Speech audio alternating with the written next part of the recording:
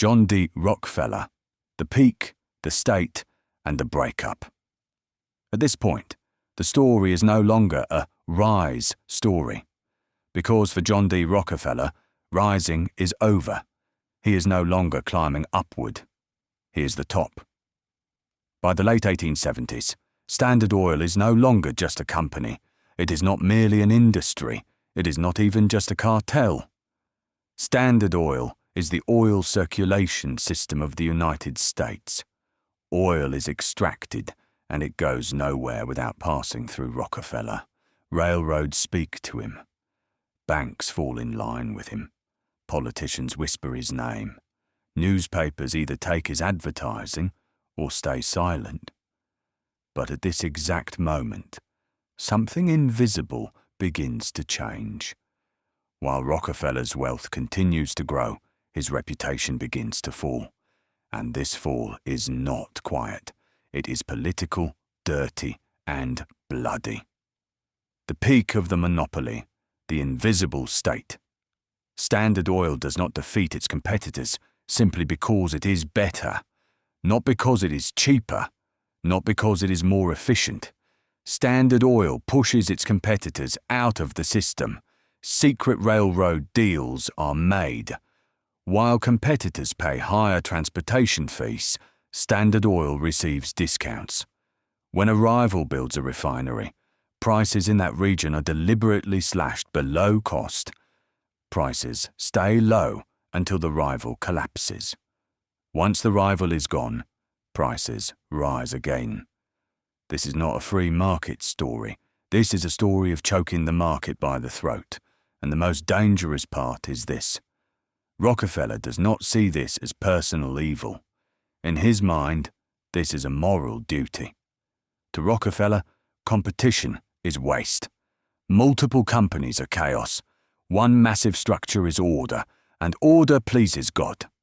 Yes, God. Rockefeller is deeply religious, but not gently so. This is a rigid, calculating, deterministic Protestant ethic. Wealth is proof of being chosen.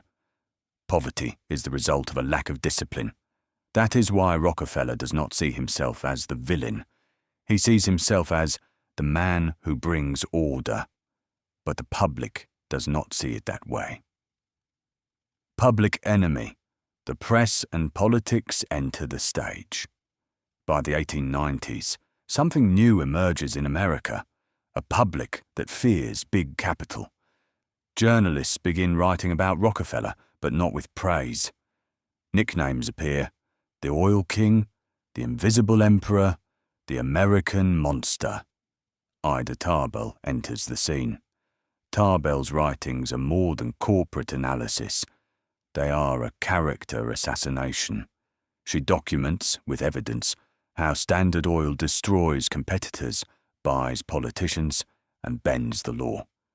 These writings awaken something in the public, anger, and anger flows into politics. This is no longer about oil. The question becomes this: is America being run by a company? The state awakens. The Sherman Antitrust Act. In 1890, the Sherman Antitrust Act is passed. On paper, it exists to fight monopolies. In practice, for years, no one touches it. Until the political wind shifts. Theodore Roosevelt becomes president, and Roosevelt understands something crucial. In the public eye, being the president who tames monopolies is political gold. Rockefeller is no longer just a rich man. He is a political symbol. For the first time, the state truly knocks on Standard Oil's door. Rockefeller does not step back. He fights. Lawyers, lobbyists, delayed trials. Years pass. But in 1911, the decision comes. The breakup, the official end of the empire. The US Supreme Court orders the breakup of Standard Oil. It is divided into 34 separate companies. Today's giants, Exxon, Mobil, Chevron, are the heirs of these fragments. On paper, Rockefeller loses. But the ironic truth is this: Rockefeller becomes even richer because he is now a shareholder in all 34 companies. The state appears to have won. Rockefeller smiles. Withdrawal into the shadows, a quiet but deep transformation. From this point on, Rockefeller withdraws from public life. He does not speak. He gives no interviews. But he begins doing something else, donating. Universities, medical research, foundations. The direction of money changes. It no longer flows from oil wells, but into hospitals. Is this guilt or a negotiation with history? No one can know for sure. But the outcome is clear. Rockefeller reshapes his image, from public enemy to benevolent grandfather. A dark legacy. Did he win or lose? When Rockefeller dies, he leaves behind a question. Does a person win by building a system or by breaking one? America still operates according to the logic he built. Big corporations, lobbying, market power, political influence, all carry the fingerprints of Standard Oil. Rockefeller was not an exception. He was a prototype. And perhaps the most disturbing truth is this. If he were alive today, he would probably succeed again. Because the system did not change, only the names did. Final act. Did Rockefeller win? If you look at official history, the answer is clear. The state won. Standard Oil was broken up. The monopoly was shattered. The law worked.